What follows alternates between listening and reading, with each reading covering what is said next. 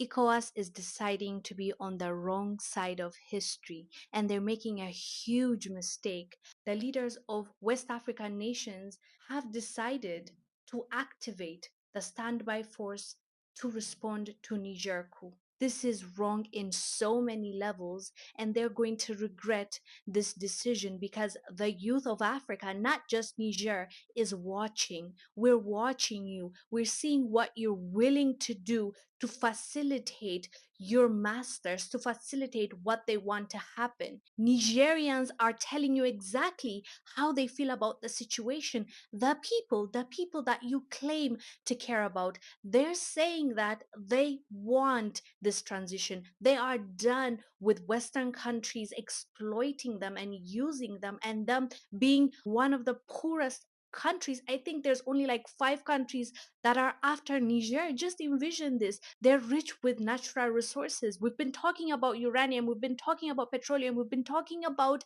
the gold that they have, and how come they can't benefit from their own resources? This is nonsense, and we understand why they're feeling frustrated, and we understand why they're supporting these coup leaders. If you want to have a conversation of if these leaders are going to deliver in what they've promised the people, it's a different conversation. Right now, if you're saying you're for the people and you're seeing the people on the ground supporting those leaders, and you want to sanction the country and you want to send troops to their country to remove the people that they want in that position with force, what does that say about you?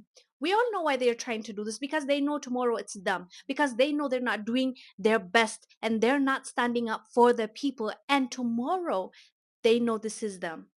We understand it. You're human beings, but there's always time to repent. There's always time to take back this decision. You will be held accountable for your own actions.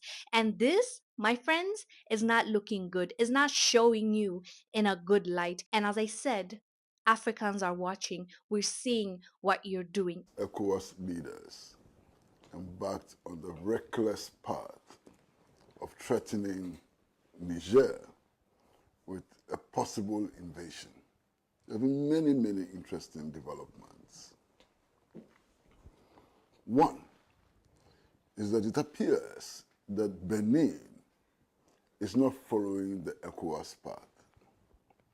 Because as of yesterday, Benin had opened its borders with Niger, a clear indication that it is not following the sanctions regime which was announced by the ECOWAS leadership.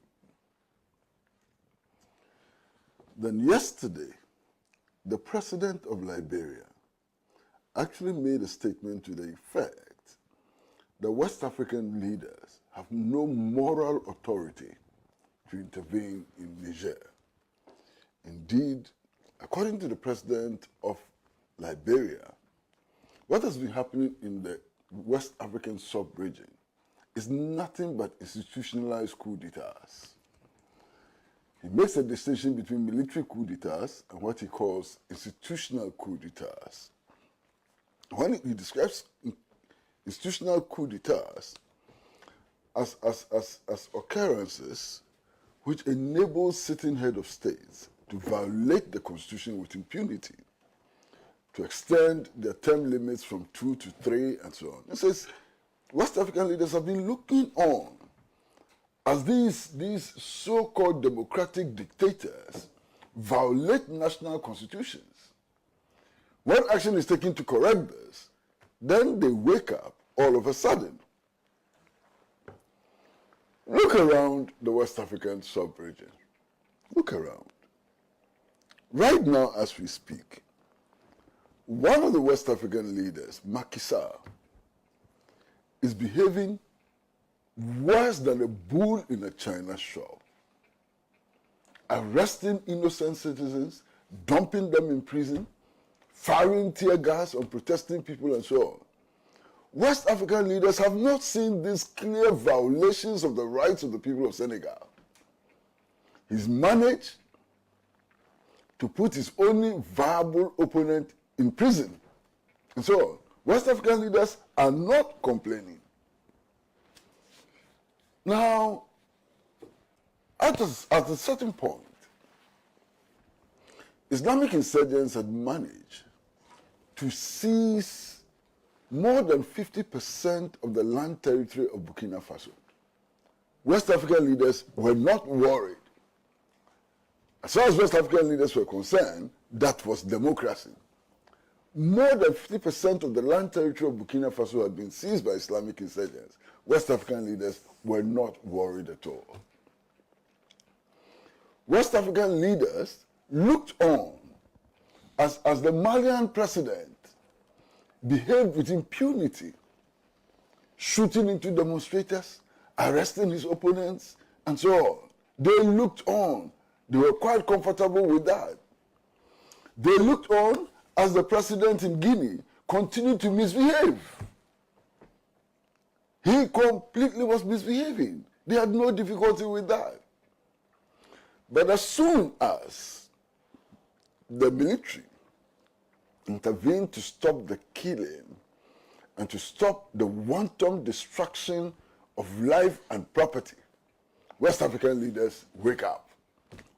And they wake up, and what they want to do is to reinstate these bankrupt, useless leaders who were clearly acting against the interests of their people and violating their national constitutions. What is wrong with these West African leaders? I can imagine that when they met in Abuja to take this reckless decision, they were scared to the marrow, all of them. They acted out of fear of the consequences of their own actions, fear of the consequences of their misrule, fear of the consequences that the masses in their country will rise up against them. And somehow, these West African leaders believed that if they could send soldiers to Niger and reverse the situation, it will put the fear of God in others who want to rebel against neo-colonial dictators. They are lying. They are lying. They don't understand the West African people. They have not come to appreciate the difficulties of the West African people, the difficulties that the West African people are facing. You probably already know this. Nigeria cut Niger's electricity. Like they are going through it right now, fam. Sanctions left and right, threats left and right, and now they have to worry about being invaded. But also, Burkina Faso and Mali said they will stand up with them and do what needs to be done. But still, fam, where can we find sensible leaders, fam? I told you in my previous video, Italy's foreign minister was asking them to reconsider this military invasion that they're talking about. An Italian foreign minister. How embarrassing is this that outsiders will try to intervene and you, the neighboring country, the leaders that are supposed to be for Africa, for the people, are saying that we will show you by fire or by force. And by the way, I don't think I talked about this last time when I came. Niger's previous president, Mohammed, that was overthrown, wrote a letter to the US begging them to help him out. This is the president that everybody is working hard to put in that leadership role because he is the best. Clearly, we now know why they want him there so bad. But, anyways, fam, we wish Nigerians all the best. We are here for you. We will support you. We will lend our voice and we will stand with you. Niger shall prevail.